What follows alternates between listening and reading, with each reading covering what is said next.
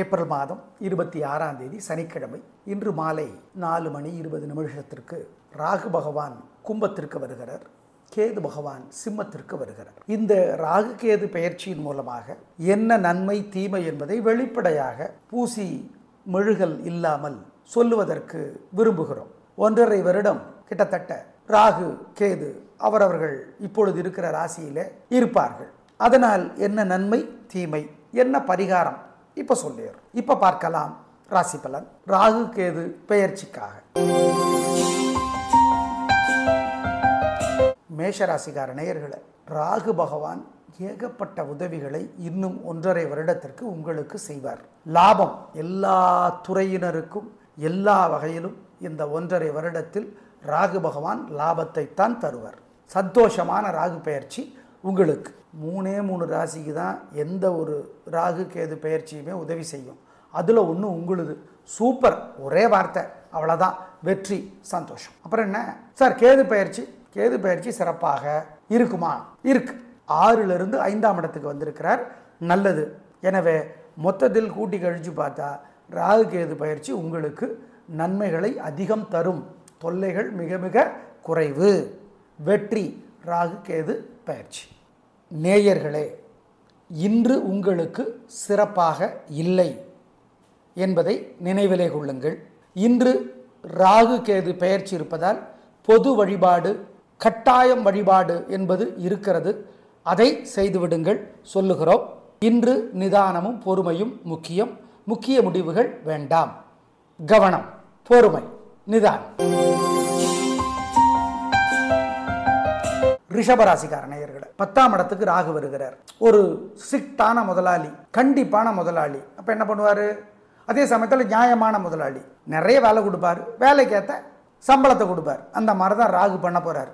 இன்னும் 1.5 வருஷத்துக்கு உங்களுக்கு நிறைய வேலைகள் இருக்கும், அதற்கேற்ற உயர்வு இருக்கும். சார் தொல்லை இருக்குமா? சார் இருக்காது, இருந்தாலும் குறைவாக இருக்கும். அப்படியே இருந்தாலும் அதனுடைய விளைவு வெற்றியாக இருக்கும். அதான் ஞாபகம் வச்சுக்கோங்க. சார் கேது பெயர்ச்சி சிறப்பாக இல்லை. உங்கள் அம்மாவிற்கு பாதிப்பு, வீடு பூமி சொத்து சுகத்திற்கு பாதிப்பு வரும்.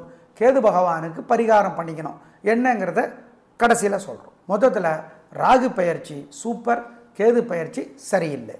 நேயர்களே, இன்று உங்களுக்கு சிறப்பாக இல்லை என்பதை நினைவிலே கொள்ளுங்கள். இன்று ராகு கேது பெயர்ச்சி இருப்பதால் பொது வழிபாடு கட்டாயம் வழிபாடு என்பது இருக்கிறது. அதை செய்துவிடுங்கள் சொல்லுகிறோம். இன்று நிதானமும் பொறுமையும் முக்கியம். முக்கிய முடிவுகள் வேண்டாம். கவனம், பொறுமை, நிதானம். மிதுன ராசிக்கார நேயர்களே, ராகு பகவான் உங்களுக்கு 9ஆம் இடத்துக்கு வந்திருக்கிறார். நல்ல வேளையாக 1 வருடத்திற்கு குரு பகவானுடைய பார்வை ஏப்ரல் கடைசியில இருந்துன்னு வச்சுக்கலாம், அல்லது மே மாதம் முதல் வாரத்திலிருந்து. ராகு பகவான் குரு பகவான் 2 பேரும் பெருமதிப்பிற்குரியவர்கள். குரு ராகுவை பார்க்கறதுனால ராகுவினாலே கெடுதல் செய்ய முடியாது. அப்போ 1 வருஷத்துக்கு உங்கள் ராசிக்கே வருகிற குருவினால் தொல்லை கிடையாது, ராகு மூலமாக. சரிங்க சார், அதுக்கு முன்னாடி தொல்லை உண்டு. அதாவது மே 11லிருந்து குரு பார்க்குறார்.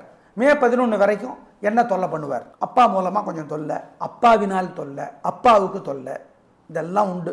குரு பார்க்க ஆரம்பித்த பிறகு அந்த தொல்லைகள் குறையும். ஆனால் வழிபாடு செய்யணும். எனவே ராகுவினாலே தொல்லைகளும் உண்டு, நன்மைகளும் உண்டு.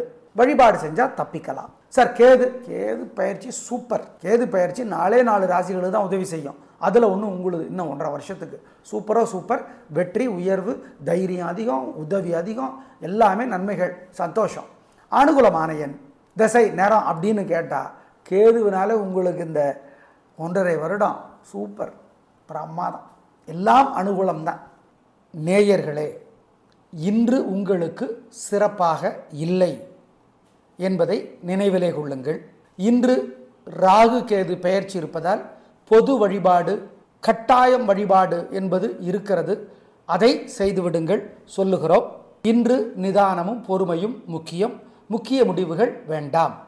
கவனம், பொறுமை, நிதானம். கடகராசிக்கார நேயர்களே, ராகு 8ஆம் இடத்துக்கு வருகிறார்.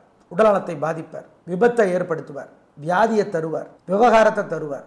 ஆனால் நல்ல வேளையாக மே மாதம் 11ஆம் தேதியிலிருந்து ஒரு வருடத்திற்கு தோராயமாக குரு பார்ப்பதால் ராகுவினுடைய தொல்லை வெகுவாக குறையும். ஆனால் அதுக்கப்புறம் ஒரு 6 மாதம் பரிகாரம் பண்ணிக்கணும். ஆக மொத்தம் ராகுவினாலே உதவி இல்லை, தொல்லையும் குறைவு. கேது உதவியா இல்லை. அப்போ தொல்லை செய்வாரா? செய்ய மாட்டார். ஏன்? கேதுவும் செவ்வாயும் ஒன்று. கடகராசிக்கு செவ்வாய் யோகக்காரகன். எனவே 2ஆம் இடத்து கேதுவினால உங்களுக்கு செல்வாக்கு உயரும், வருமானம் உயரும், குடும்பத்தில் நிம்மதி அதிகமாகும், உறுதி. ஆனால் ராகுவினாலே தொல்லை உண்டு, பரிகாரம் பண்ணிக்கோங்க. அவ்வப்பொழுது கேது தொல்லை செய்வார், அது ரொம்பவும் குறைவாக தான் இருக்கும்.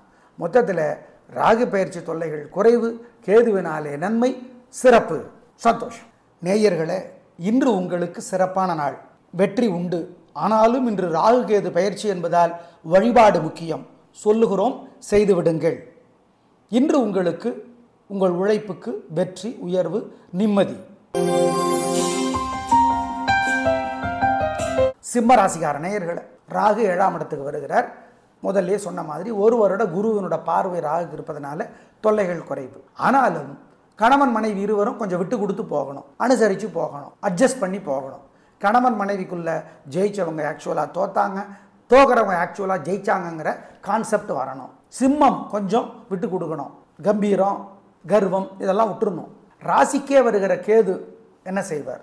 பெருசாக தொல்லை பண்ண மாட்டார். ஏன்னா சிம்ம ராசிக்கு செவ்வாய் ஃப்ரெண்டு, அதனால் பெருசாக தொல்லை பண்ண மாட்டார். அதனால் நன்மைகள் தான். ராகுவினாலே தொல்லை உண்டு. ஒரு வருடத்திற்கு குரு பார்வருக்கு குறைவாக இருக்கும், அப்புறம் தொல்லை இருக்கு, பரிகாரம் பண்ணிக்கலாம்.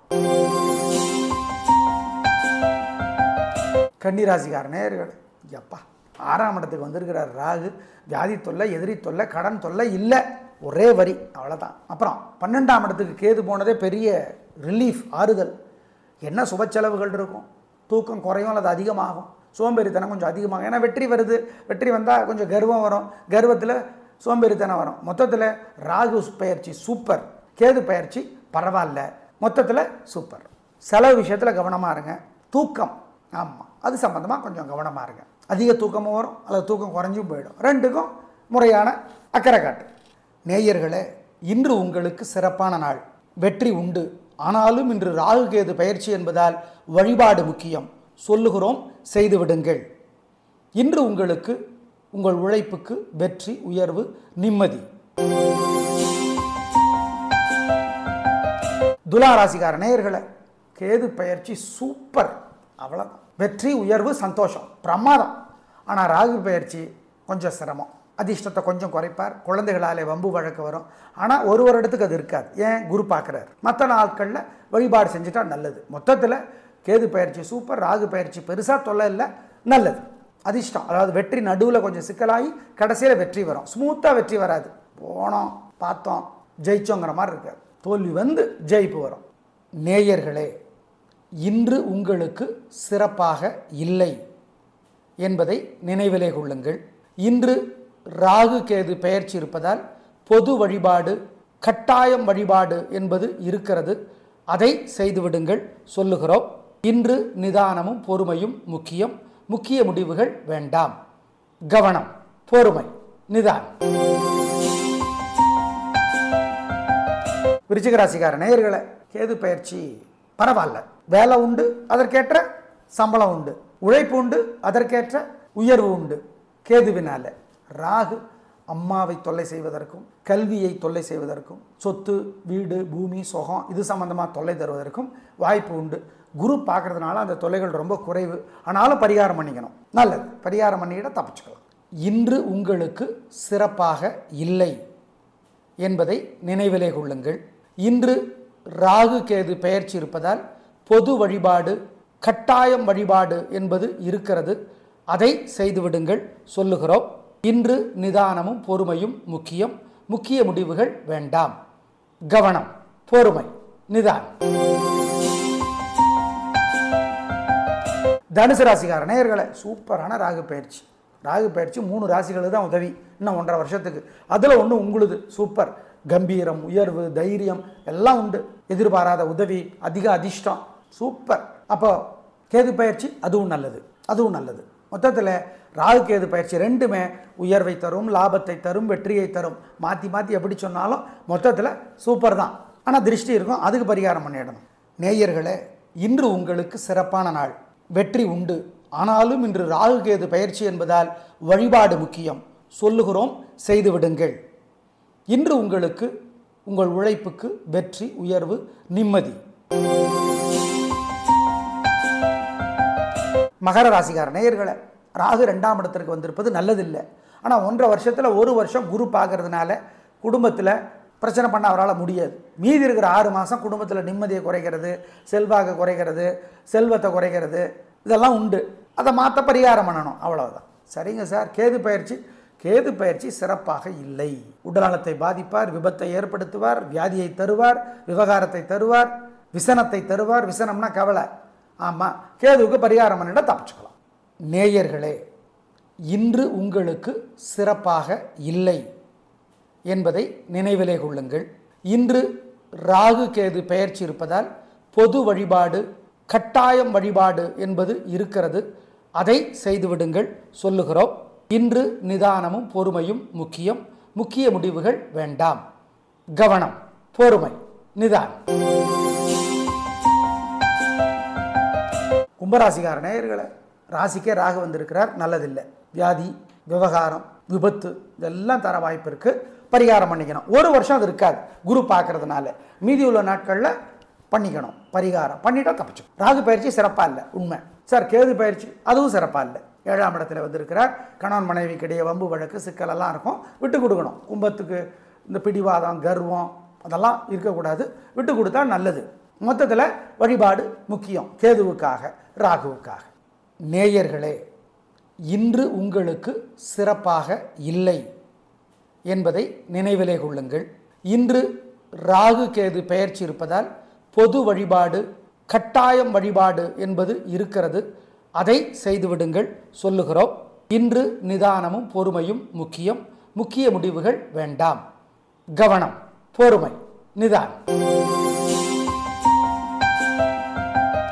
மீனராசிக்கார நேயர்களே, கடந்த 1 வருடமா நீங்க பட்ட பாடு, டாக்ஸியனோட டயர் பட்ட பாடு மாதிரி உங்க பாடு. அப்படின்னா ராகு, சனி, குரு, கேது 4 பெரும் கிரகங்களும் கடந்த 1 வருடமாக படாத பாடு படுச்சு உங்களை. இப்போ தான் மாற்றம் வந்திருக்கு. ராகு ராசியை விட்டு இறங்குறாரு பாருங்க, அதுவே பெருசு. ஆம். அப்புறம் கேது 6ஆம் இடத்துக்கு வர்றார். கேது பெயர்ச்சி உதவி செய்கிறார் 4 ராசிகளில். உங்களுக்கு தான் அதிக உதவி. ஆமாம், வியாதி தொல்லை, எதிரி தொல்லை, கடன் தொல்லையை குறைப்பார், வெற்றியை அதிகமாக்குவார், உறுதி. இன்னும் 1.5 வருஷத்துக்கு 12ஆம் இடத்துக்கு ராகு வர்றார். சுப செலவை தருவார், தூக்கத்தை அதிகம் தருவார், அல்லது தூக்கத்தை குறைப்பார். ஆனால் குரு பார்க்குறார், உங்கள் ராசிக்கு தலைவரே பார்க்குறார். அதனால் ராகுனுடைய தொல்லை இல்லைன்னே முடிவு பண்ணிக்கலாம். ஆமாம். அப்புறம் அடுத்த குரு பயிற்சி வேறு உங்களுக்கு சூப்பர். நல்ல காலகட்டம் வந்துருச்சுங்க. ஒரே வார்த்தைங்க, வெற்றிங்க, கலக்குங்க. ராகுவுக்கு என்னங்க பரிகாரம் பண்ணுறது? சனிக்கிழமை அசைவ உணவு வேண்டாம், நியாய தர்மப்படி நடங்கள், அவ்வளோதான். ராகுவுக்கு பிடிக்கவே பிடிக்காதது இந்த கெத்து காட்டுறது, ஏழை எளியவங்ககிட்ட கெத்து காட்டுறது, தனக்கு கீழே இருக்கிறாங்கன்னா அவங்களால ஒன்றும் பண்ண முடியாதுன்னா அவங்கக்கிட்ட அலட்டுறது, தன்னை விட பவர்ஃபுல்னா பயந்துக்கிறது, அவங்கக்கிட்ட நியாய தர்மம் பேசுறது கிடையாது. இப்போ நாட்டில் பல இடங்கள் அப்படி தான் நடக்குது. அந்த மாதிரி இருந்தால் ராகுவுக்கு பிடிக்காது, பனிஷ் பண்ணிடுவார். 1. 2, சனிக்கிழமை தோறும் காலையில் சூரியனுக்கும் ராத்திரி விநாயகருக்கும் கோயிலில் தீபம் போட்டுருங்க. அல்லது எரியிற தீபத்தில் எண்ணெய் சேர்த்துங்க.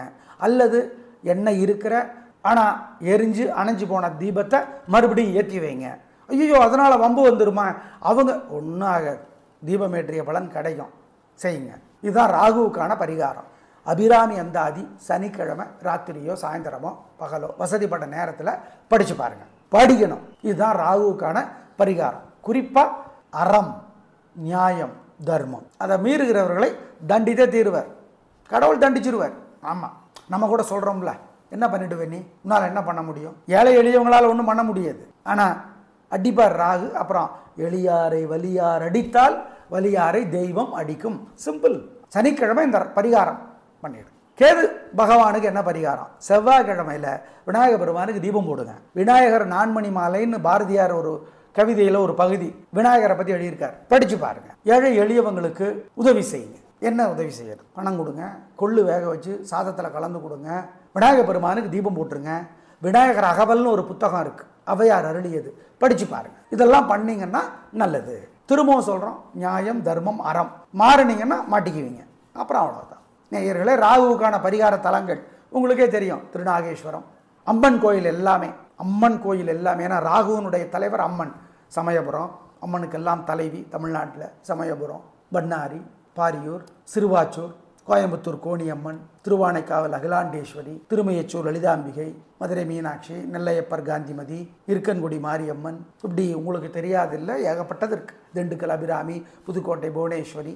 அம்மன் கோயிலில் தீபம் போடுவது நல்லது. கேது பகவானுக்கு விநாயக பெருமான், பிள்ளையார்பட்டி, உச்சி பிள்ளையார், கோவை புளியகுளம், ஈச்சனாரி, சேலம் ராஜகணபதி, காசி டுண்டி விநாயகர், மதுரை முக்குருணி விநாயகர் மீனாட்சி அம்மன் கோயிலில், நெல்லையப்பர் கோயில் விநாயகர், திருவலஞ்சுழி, திருப்புரம்பியம், இதிலெல்லாம் விநாயகரை வழிபடுவது நல்லது.